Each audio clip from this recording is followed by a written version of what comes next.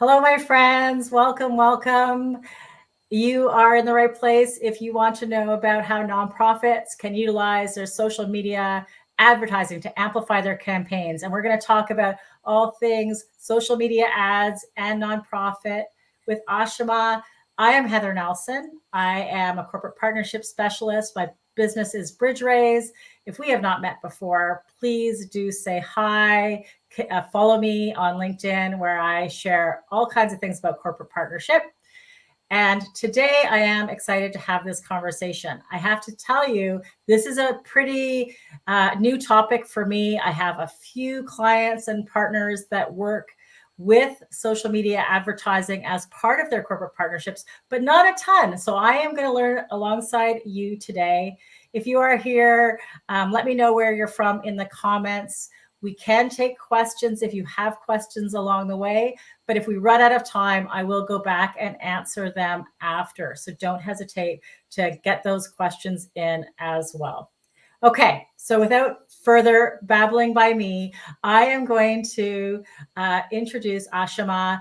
I had the privilege of meeting her through an entrepreneur group, and so many of the entrepreneurs in there are using her services and rave about how amazing their results are, that I had to share it with you, my charitable community, because I know we also deserve great things, and that should be what we get. So over to you to introduce yourself a little bit and tell everybody who's joining us about yourself.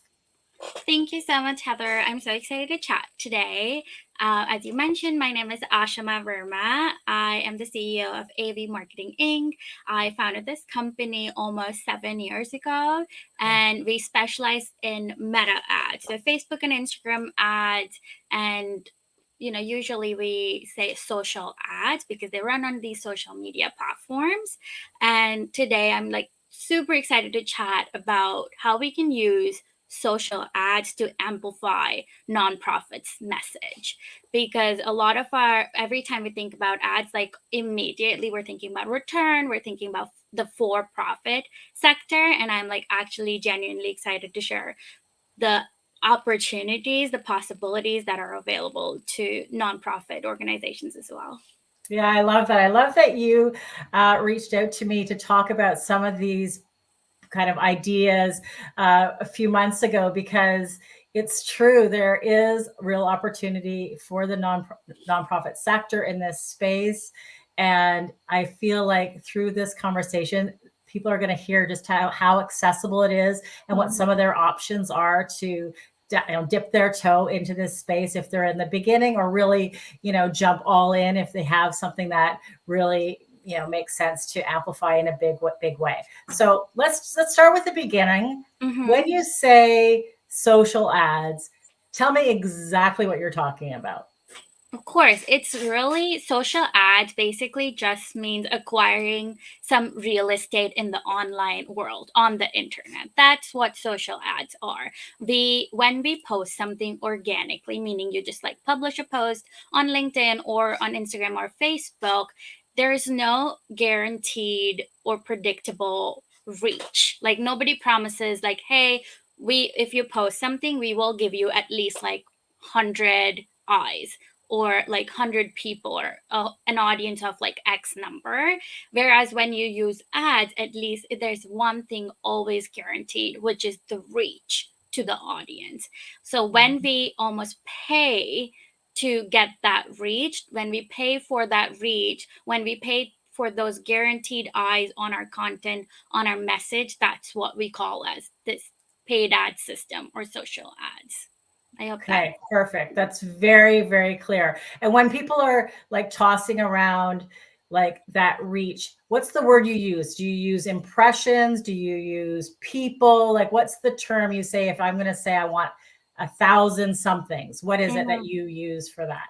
So the two key metrics here would be reach and impression. Okay. So reach is the unique accounts or unique people reached, and then impressions would be the total number of impressions. So for example, if 5 unique people saw my ad, that is the reach of 5. But if they saw my ad twice, that's 10 impressions. I hope that makes sense. That does. And especially when I know in marketing lingo, we talk about how, well, Mhm. I've heard of very many numbers, but let's say 9, 10, 12 Mhm. impressions before it kind of sinks in. And in Mhm. our world, 7 to 8 Yes, engagements are required to, get a meeting and things like that. So you sometimes do want the exactly. same person to see it multiple times, right? Like that's good, 100%. right? Yeah, 100%. I think that's actually the perfect way to explain why we need ads. Also, the real aspect, or like the thing that gets me excited about ads, is that it's not manual. Like, you obviously hire someone, but the actual, like, you're not always manually posting it's automated. And Mhm. we know we struggle, every company or every organization, really, especially nonprofits, struggle with that capacity. And ads it's a tool to build and add capacity within Mhm. your existing team. Right. That's Yeah. what ads So it's help not you. every day you have to go on and type something new Yeah, because the thing is going to get served up. Okay. I have a technical question I'm just going to ask because I of have you and course. you're the expert.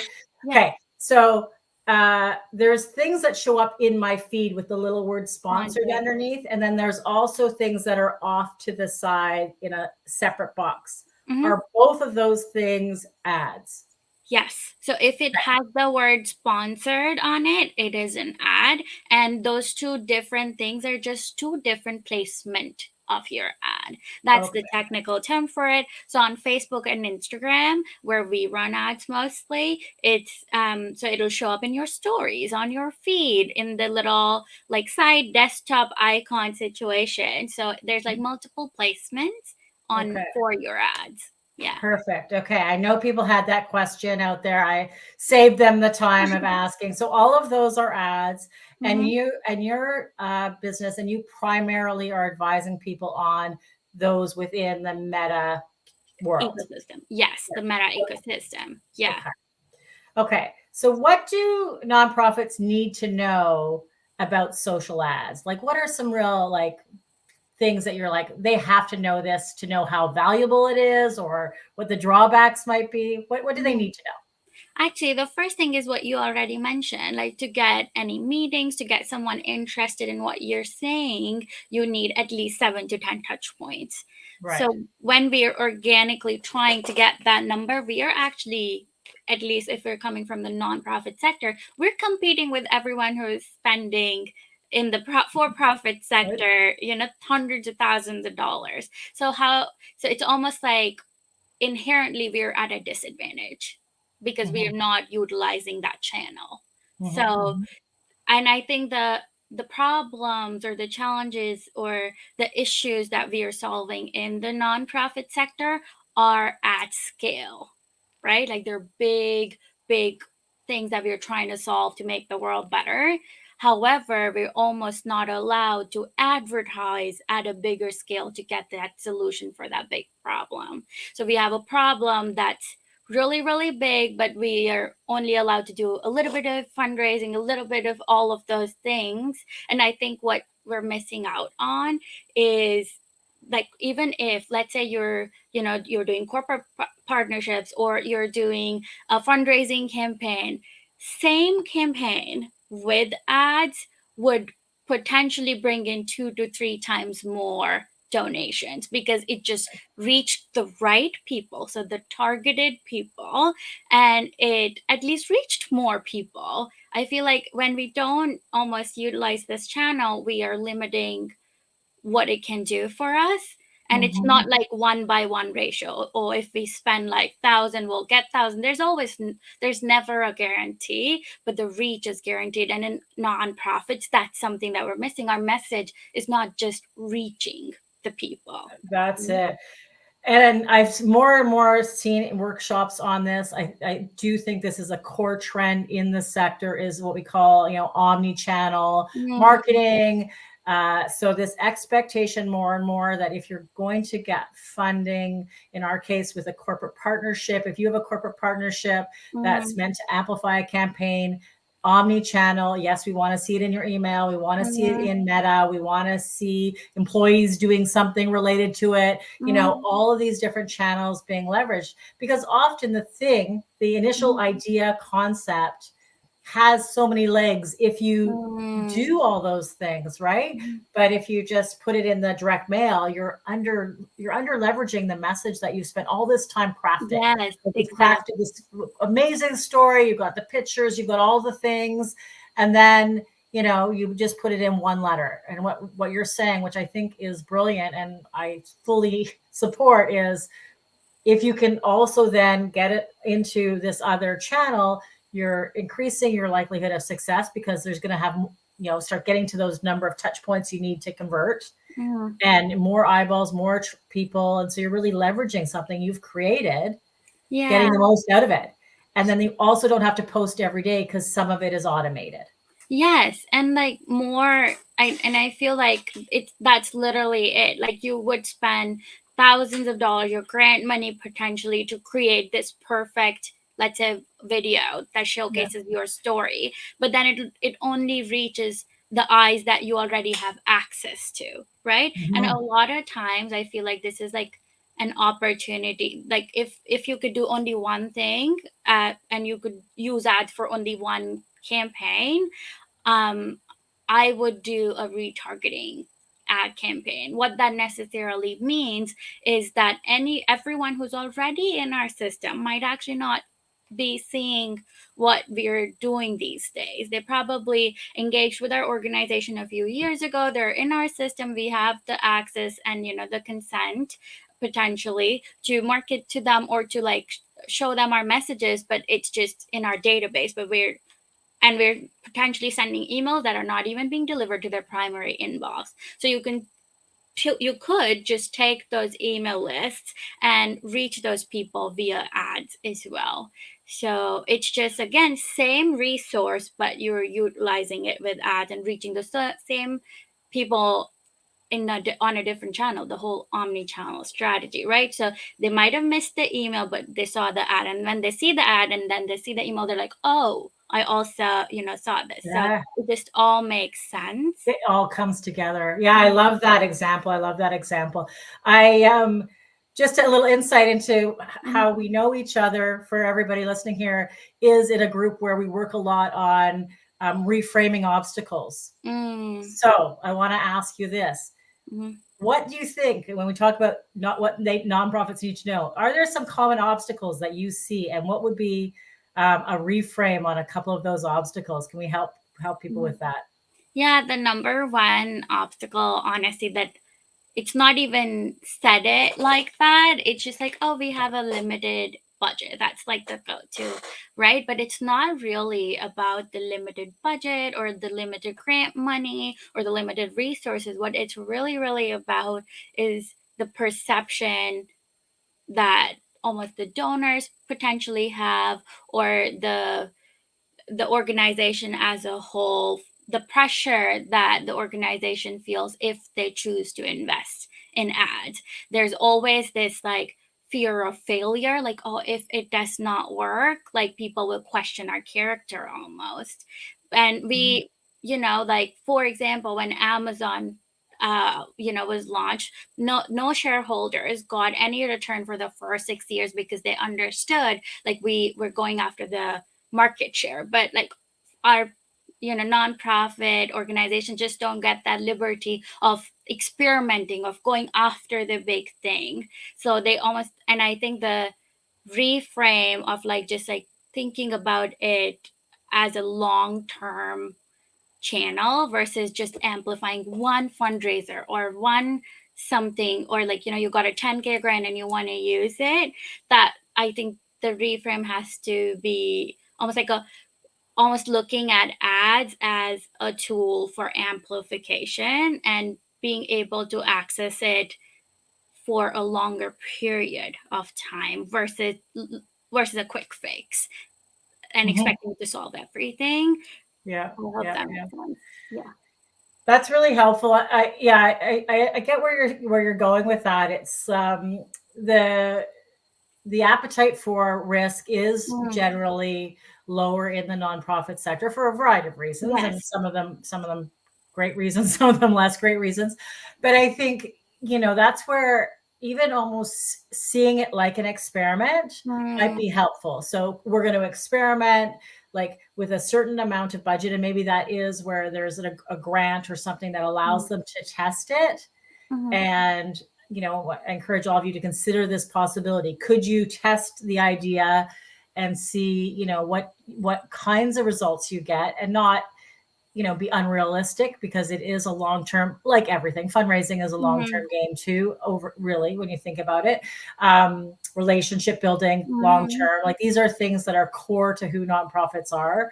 We mhm, know how to do this. If we think about this in that space, like what are the short term wins that are possible versus long term? So let's go to that. What does it take to get started? Like I know you're talking long term, but I'm not ready to do that yet. I'm going to do an experiment to see on like one campaign, or I just did a video and I want to make sure mhm. more eyeballs see it. What would it take for me to get started with that scenario? Yeah, great question. And something that I want everyone to consider is like most of my nonprofit clients actually use grant money to get started. That's Mhm. how it works. And there are two ways actually that it's used. One of them is it's almost like a done with you approach where we can train the team on these social media ads, how that looks like. It's a little customized. So in the beginning there's a lot of like one time setup. It's just tech. The people don't really need to learn it. It's almost like if you can just outsource the setup for once, you can hire an agency or you can hire a specialist to do that once, and then the rest of the things could be taught. The management can be like, you can get trained on it. So that's like the best approach to get started, almost like a hybrid of getting it done and then learning how to maintain it over a period of time. You can duplicate things. So that's how we usually get organizations started. A bit of it is done by us. The rest of us, we teach you on how to do it in house so that you can, you know, make sure that you're within the qualifications of the grant money. You can your team members also get to learn a new skill if they want to, or if they have the capacity, and so forth. It- I love that. I know people are probably thinking, what would be if they were thinking I need X amount to invest to get started, even in just, I know like you have like the setup and all that stuff, but even like a budget for the ad part, like in Meta, Mm, yeah. what how much money would they have to spend in Meta independent of the setup in order for it to like make sense to even do? Of course, yeah. So that the terminology that we use, and you will hear if you start researching, is ad spend. How much Right. money is Facebook or Meta taking from us directly to run these ads? So there's no minimum. That's like something that everyone should know. There's no minimum when it comes to ad spend. However, to have it work super effectively, and let's say your campaign is going to run for approximately 2 to 4 weeks, I would at least aim for a $50 per day budget.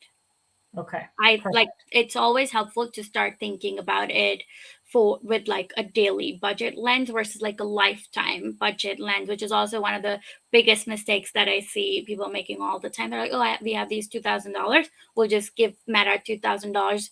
And I actually encourage people to like think of it this way: if you have $2,000 and you want to run your campaign for, let's say, 20 days, then I would test $100 daily budget, and if it performs, if performs according to the standards or the KPIs that you set, you get to increase it, and if it doesn't, you get to adjust it according to its performance, versus just being like 2000, do your thing.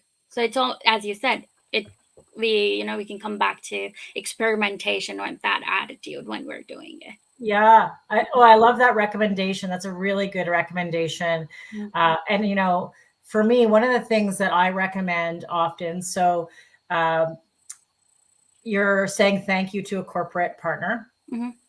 and this is like just the very standard, it's in your framework. Almost every one of you who has a corporate partner will have somewhere in your framework that you say thank you, maybe in a post. Mm-hmm. And as you've already said, that might get seen by virtually nobody. And so I'm always like, you know what? Boost it with even $50. Yes. Right? Like, and you'll feel so much better at report time. Like, yes. to say, our thank you ad got seen by, and I don't know exactly what $50 would get you, but it's a lot more than if you just posted organically.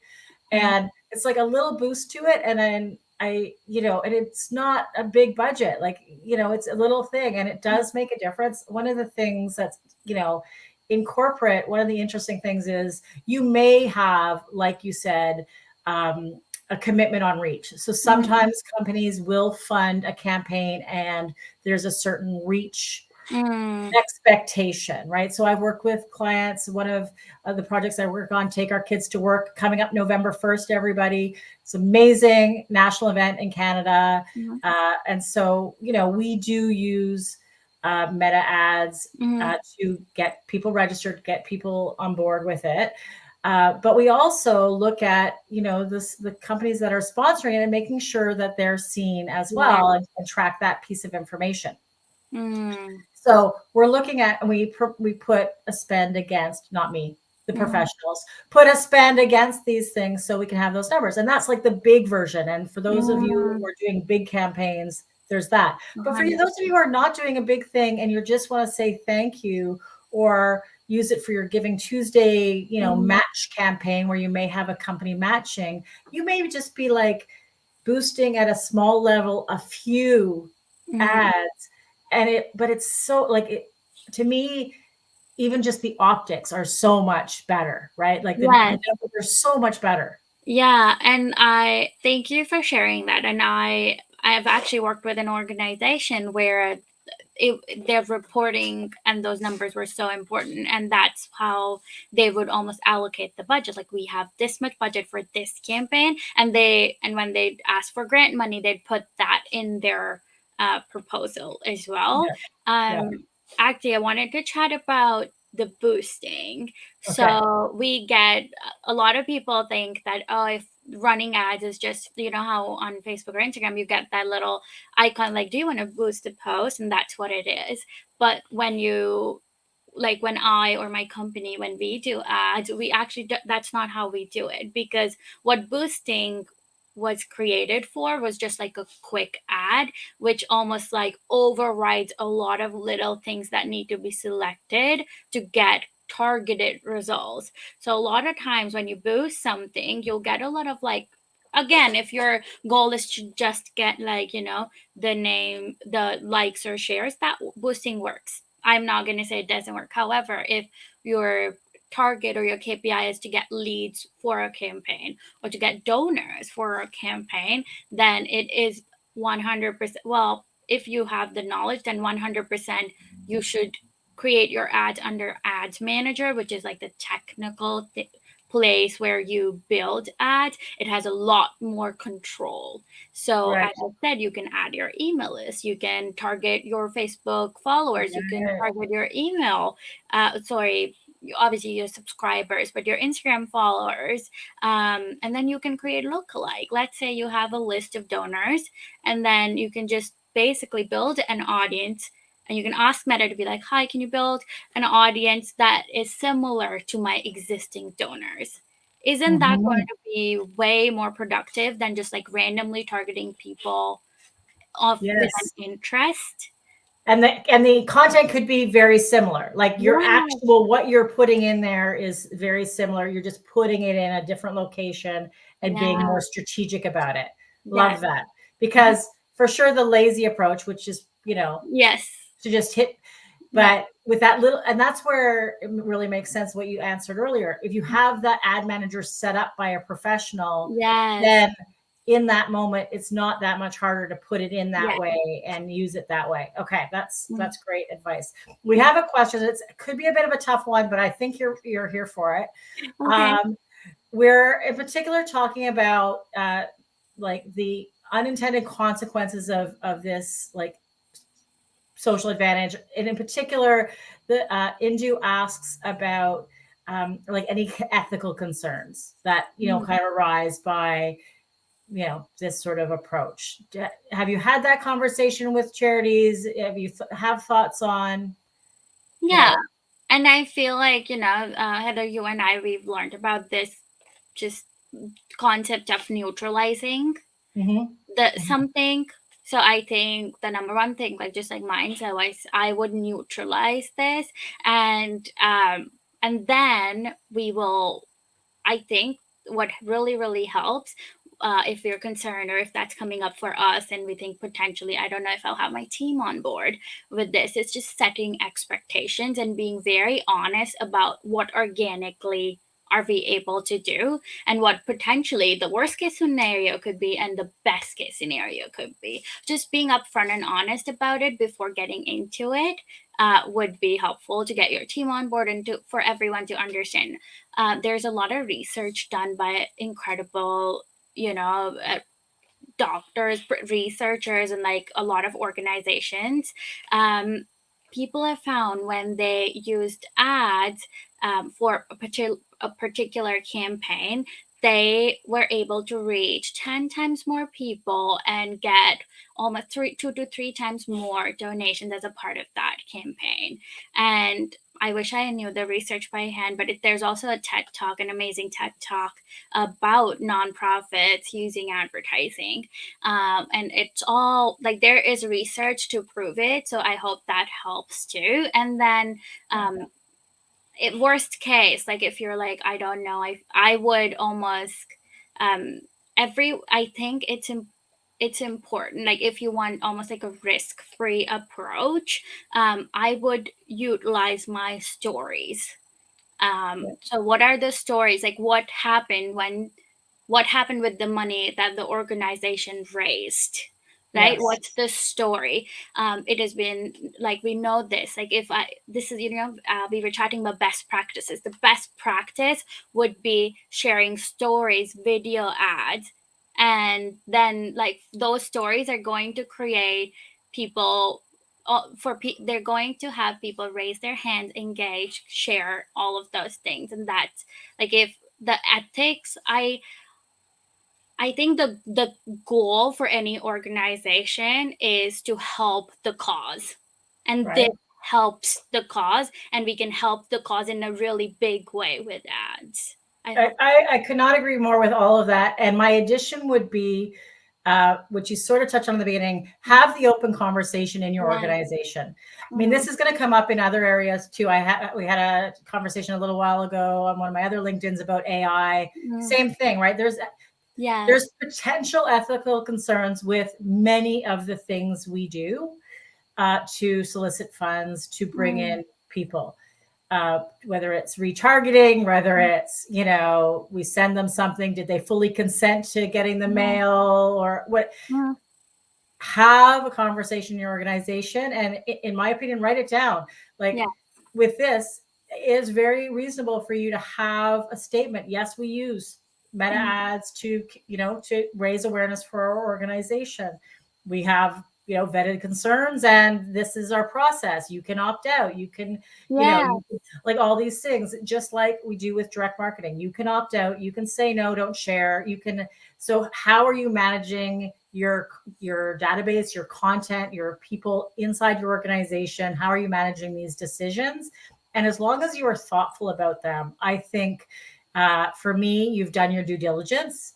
Mm-hmm. And are there maybe going to be somebody that complains? Well, yes, like people complain about all kinds of things, and including advertising. And you just need to have a response in that case. We're not going to stop advertising. We're not going to stop sending direct marketing. We're not going to stop communicating. Uh, or your organization literally can't exist. So, Mm-hmm. given that we're going to do those things, having a statement about how you're managing privacy or how you're going to respond in the case of a complaint 100%. is a Yeah. great idea. Yeah, Okay. I could not agree more. And I feel like people usually forget that nonprofits actually have bigger expectations to deal with.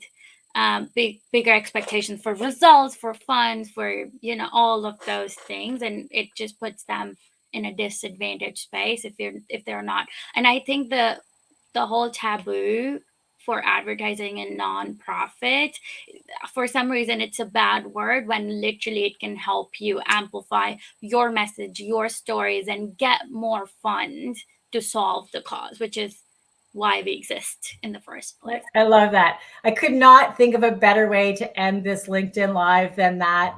I know you're passionate about making the world a better place, as am I, as are the people that are going to think about using advertising. And when you position it as an opportunity to share your story with more people, to bring more people into your community, to invest in your mission to change the world, there's not much wrong with that. That's a really good thing to do. This has been so helpful. I have learned so much in this time. I'm sure we could talk forever, but I want to honor people's time and close off here.